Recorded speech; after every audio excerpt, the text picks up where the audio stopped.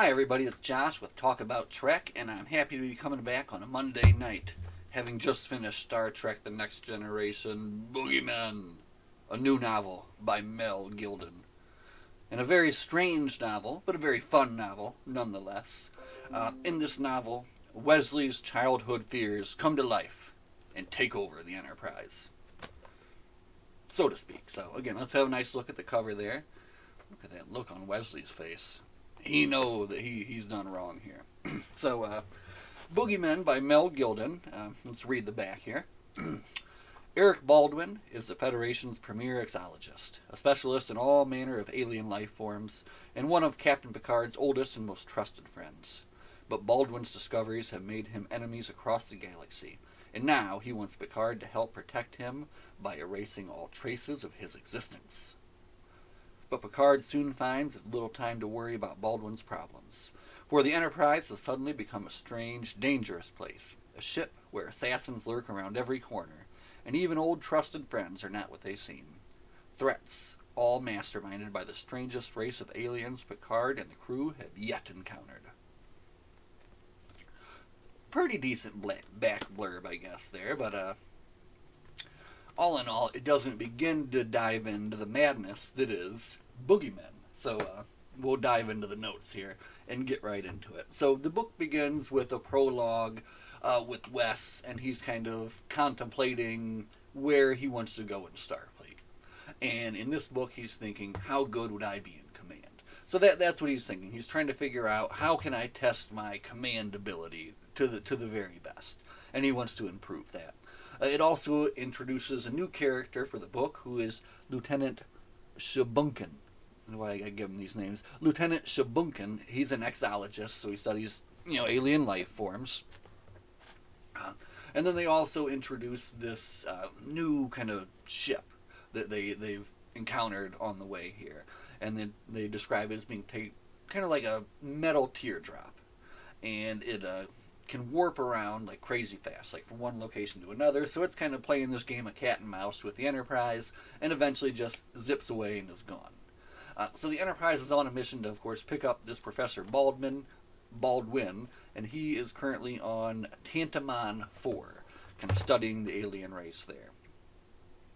So they go there to pick him up. Kind of also with this Lieutenant Shebankan, there's this additional character called Commander Mont, who's there and is very eager to debrief and meet Professor Baldwin. So maybe there's something more going on there. We'll see. So they beam him up, and he's basically spent months and months on this alien planet studying this species, and he's also studied that teardrop-shaped ship, which happened to be there on that planet. So I guess after it left the Enterprise, it went to Tantamon 4 and was there, and that's where Baldwin was able to kind of reach that and study that. And he's brought back some information from that ship as well. So they are currently on a mission now to Memory Alpha. And I thought that was cool. The place that they're going is called Memory Alpha, which is a great Star Trek website. But they're on the way to Memory Alpha to basically go there with all this knowledge of this new species and like talk about it with all the experts. But they have 2 weeks to get there. They're kind of taking it a little extra slow. They're just going warp 5. And that's to kind of give them time to disseminate this information and go through it and learn more about this new species that he was there studying. So during this time, Wes decides he wants to improve his command ability. So that's when he decides he's going to go down to the holodeck, and actually Captain Picard decides that he wants to come along and help him as well. So he's going to set up a kind of a Kobayashi Maru scenario, but Wes is working on, basically what he wants to create is something unexpected, because he feels that's the only way that you can truly test your command ability. So he wants to write a program, basically he calls it the Boogeyman Program, where it will be completely evil and unexpected and will just test his ability to command. So he has some help from Data and Geordi in writing this program, but eventually he does get it done and is able to get it installed. But trouble in the real world on the Enterprise. There's a red alert, and it turns out that Commander Mont is dead. and he wasn't who he said he was. And this is just kind of like a weird little twist in the book, but this book takes a lot of little weird twists. So he actually was an assassin sent by the Araxi to assassinate Baldwin. Why, you may ask? I will tell you why. Because only Baldwin knows the secret of the Yak Shamash mating ritual. That's right. So, one of the things about this Baldwin guy is that a lot of people apparently want to kill him. So, he wants to get away, of course. But a very strange little turn there. Baldwin is able to outwit the assassin, of course, and is able to kill him, but is even more freaked out and wanting to get out of the situation. So now we're going to go back to the holodeck, and we're going to stay on the holodeck for a little bit, and it gets a little crazy on the holodeck. So Data, Picard, and Wes go in and run the Kobayashi Maru sequence, which of course Wes is not able to do. They go to exit the program, and they find out that they are still in the program. And this is when we get introduced to the enemies of the book, the Boogeymen. And I drew one here for you. They're described as basically these kind of, being about as big as an 8-year-old, wearing these cone-shaped outfits, scraggly hair and horns and nasty teeth and slime coming out of their mouth, and when you touch them it feels like a slug. So we've got these Boogeymen, and there are always 3 of these Boogeymen. So as soon as they try to leave their program, they walk out into the hallway, and these Boogeymen come down after them. So they realize, oh my gosh, we're still trapped into the holodeck. They keep calling for exits, and like every exit they go through just leads them back to the holodeck again and again and again.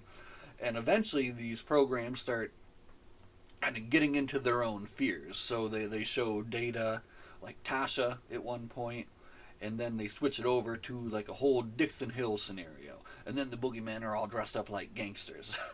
They bust in, they're able to actually kidnap Wes. It's at this point that Data notices that as there's more of these people or these creatures there in the holodeck, the computer has to slow down to kind of, I guess it can't handle all of them. So it's got a little bit of lag. So the computer lags, so they come up with a plan to assemble the holo crew as much as they can and overload the computer. So they head down to the rec deck, they call a conference, and boom, it works. Once all the crew comes on, everybody kind of just like stutters and stops, and then the holodeck shuts down. Or did it? They're all still kind of freaked out when they leave, thinking that maybe it didn't work and maybe we're still on the holodeck. But no, that's actually the end of that part of the holodeck adventure for the book. But the problem is that the infection that was in the holodeck now has moved to the Enterprise's main computer. So now you've got Boogeymen on the ship. And these Boogeymen, of course, are like very strangely written. They like act like when they caught Wesley, all they did with him was they took him back to his room and they sat there and they said, "We win, we win, we win," over and over again. So they're not a very actually dangerous enemy at this point. They just seem to be kind of like figuring out the method of this game. So this book is so weird. So anyway, Data caught the virus when he was on the holodeck, and when he interacted with the computer, he spread it to that, so now it's all over the Enterprise. We're at about chapter 9 here in the book, and this is where you get a very nice little conference room scene, which are awesome, and they're always good. Some of my favorite chapters are just basically a whole chapter where you got the whole cast of TNG sitting around the table working out the problem, and that's what that chapter is. And they basically work out that there's 2 different viruses on board here. There's the one that this Baldwin character brought on board to try to erase his history so that he could disappear and kind of vanish off into the wilderness. And then there's the other virus, which is one that Wes and Data and Geordi all kind of wrote together, which is the Boogeyman Virus. And now they are entangled together. So you got these 2 entangled viruses together that have infected the computer and are slowly kind of taking things over and shutting things down.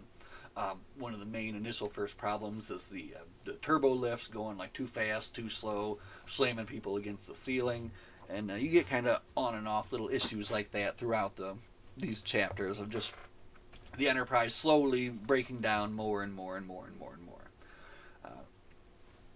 So at this point, we do get a very nice little poem because Wes is feeling guilty, thinking that, oh man, I wrote this Boogeyman program, and this whole thing is my fault.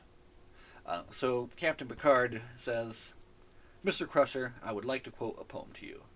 Yes, sir, Wesley said, bewildered. Picard recited, Once in a stately passion, I cried with desperate grief, O Lord, my heart is black with guile. Of sinners I am chief. Then stooped my guardian angel and whispered from behind, Vanity, my little friend, my little man, you are nothing of the kind. My little friend. Anyway, I thought that poem was very nice, and that was a poem by the Victorian poet James Thomson, 1834 to 1882. So basically, what Picard was saying is that you can't take all of this on your shoulders, of course, because it's not all your fault. Much deeper than that, but the gist of it, of course. So now again, they're going to take another turn in this book. Picard, knowing about these two viruses, has to confront Baldwin about what's going on, and once he does that, Baldwin faints, and it turns out that a large part of the crew is actually fainted as well. And as soon as they have fainted, the whole Enterprise, the Enterprise moves into warp 8 en route for Tantamon 4. But the thing is that the warp engines are not actually running. So somehow these sleeping people are able to push the Enterprise into warp. So they are on their way back to Tantamon 4. The ship is getting worse and worse and worse and worse to the point where they can't even use the turbo lifts, so they're going up and down these manual gangways, these steps between the decks, which is something I think was really cool and I would have loved to see in the show more. I think they did show some of that kind of stuff, but they were going through all these different steps to get up and down through the decks at that point. They track Baldwin down, when they get to the planet, all the people that were asleep and dreaming, they do wake up. And Baldwin was one of them, of course, and they're still trying to track him down because he's kind of the key to this mystery. And it turns out that he has hid himself on the holodeck. I left out the ninjas earlier in the chapter. I'm going to go back to the ninjas, but we're going to continue with the story, and then we'll cover the ninjas at the end with the pirates. This book is weird, but it's fun. So anyway, they go down to the holodeck now. They've tracked down that Baldwin is hiding somewhere in the holodeck, and he's turned it into the jungles of Tantamon 4, and Picard and Riker decide to move in together to investigate, while leaving Worf and the strange additional character of Ensign Perry, who just kind of shows up and hangs out for the last little part of the book. And I don't know why, but she's there too, and they're kind of guarding the door, thinking that when he comes out, they'll be there to catch him. So they go into the jungle, and basically the whole jungle is just kind of like a distraction game to keep them from finding Baldwin. They run into some more weird boogeymen. Eventually they get captured by a weird boogeyman pirate, and they're basically like, okay, well, we're captured now, and they just decide to kind of sit down and wait. And Picard's idea is basically that where's Baldwin going to go but leave the holodeck, and who's waiting right out the holodeck but Worf. And the plan works like a charm. So as soon as Baldwin bails out of the holodeck, the program shuts down, and only the pirate is left. Outside, Baldwin is immediately grabbed by Worf. He tries to struggle and get away, where you get a nice little Worf line here, where Worf says, "Don't make me sit on you." I always get a chuckle out of a good Worf line. You have to love that. So it's at this point where you get kind of the big info dump about what's really going on here. So the pirate kind of lays out what's really happening. When Baldwin interacted with the Teardrop ship back on Tantamon 4 and brought back his information disk, it included the program, which is actually the species called the Dort. So this species exists as a computer program as we exist as biological life forms. And it turns out they use biological life forms to power their ships and stuff as we use computer programs. So it's a little crazy there. But they have a problem. All of their biological units died, and they need help to be able to get back home. And they want Baldwin for that help. But the other issue is that their computer program has got tied too much into the Tantamon 4 thing. So that's what you're getting, or the Boogeyman thing. So now the idea is everybody has to think of a way that they can divide these two programs. So how can we do this? What are we going to do? So everybody's kind of on the mission to get this done. Baldwin is like totally freaking out. If he's like useless at this point, and they do need his help, and he's kind of broke down, just like laughing like a nut. And this is where Troy steps in and shows her counseling ability and actually kind of talks him down and is able to get him to be useful. And then while everybody else is kind of running around trying to think of a plan, Counselor Troy also comes up with a solution. So it was kind of neat in the end of this book, where it kind of featured Picard, Data, and Wesley throughout the whole thing. LaForge a little bit too. But in the end, the plan that actually is the one that solves everything is Counselor Troy comes up with it, as they're just kind of sitting down in the holodeck discussing things. So her idea is that they can use the same program that Baldwin wanted to use to erase his identity, to erase the Boogeymen. So now it becomes a race against time. Pretty much as soon as they figure that out, the Boogeymen have figured out how they can win. And they can win by blowing all the airlocks. So they sound the alarm 5 minutes until all the airlocks are blown. They've ejected all the life pods, and so we've got the countdown till the airlocks are blown, and then they race to get to the computer room and get Data plugged in so that he can insert this program and shut it down just in time. And basically they're saying like every 10 seconds, computer abort, and of course it goes right down to the last 10 seconds, and Picard says computer abort, and it shuts down and it's done. So a nice exciting little climax to the book. You always like when they had a little countdown to the end. It's always good when they do that. So at the end, Baldwin does choose to leave with Dort and kind of be the ambassador and go see them and learn more about their species and all that, which is a really interesting species. And they do go into more, not very much more, about how they developed.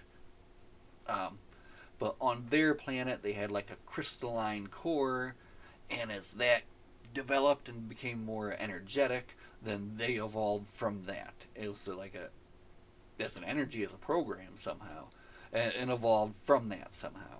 So in the end, it was a satisfying conclusion, I guess, to the story, which went in all sorts of wacky directions at some point. I didn't even say it, and I'm surprised that I actually forgot to bring it up, but there was a point during that whole holodeck scenario when Captain Picard, Data, and Wesley were actually ambushed by ninjas. Ninjas dropped down from the ceiling of the hallway on the Enterprise and ambushed them. And they held their own, and they were able to take out the 3 ninjas. It was fine. I mean, really nothing happened. But ninjas on the Enterprise, and then also pirates on the Enterprise. So that was kind of going a lot of different ways here. And then the whole chapter with the spy assassin from Araxi, who had been like an implant in Starfleet for some time. and the whole deal about wanting to find out the secret of the Yak-Shamash mating ritual. That was something else. I wrote this down so I know it happened. There was a point in this book where one of the characters says that they didn't want to feel like a gazebo, or maybe that they did feel like a gazebo. And I've never heard that before, so I wrote it down. And then I tried to find it again where they said it, and I couldn't. But I'm going to guarantee that they said that in that book.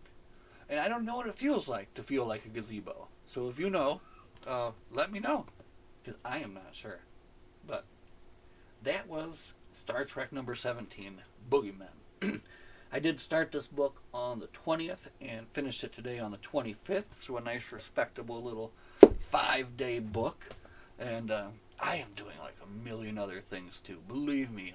So being able to finish this book in that amount of time makes me fairly happy. One of the things I'm excited about that I've done here is that I've got this new wall. Look at that wall. Which means I have a nice place to hang up lots more wonderful Star Trek pictures. So hopefully I can show you guys that pretty soon. I had a lot of time with this, so I'm just going to continue right along because I see that right next is, look at this. This will be a treat. Number 18, Q-in-Law by Peter David. And look at that, Loxana Troy. Woo! So that's what's coming next for sure, and I think we're gonna dive right into this right away. So look forward to that. As always, everybody, thank you so much for watching. I'm waiting for my son to make me a nice Star Trek perler bead, so hopefully that's going to be coming soon too. I've seen some really nice ones on Twitter, and I'm going to encourage him to make me one of those. So thank you all so much for watching. Live long and prosper, and we'll see you next time. Bye.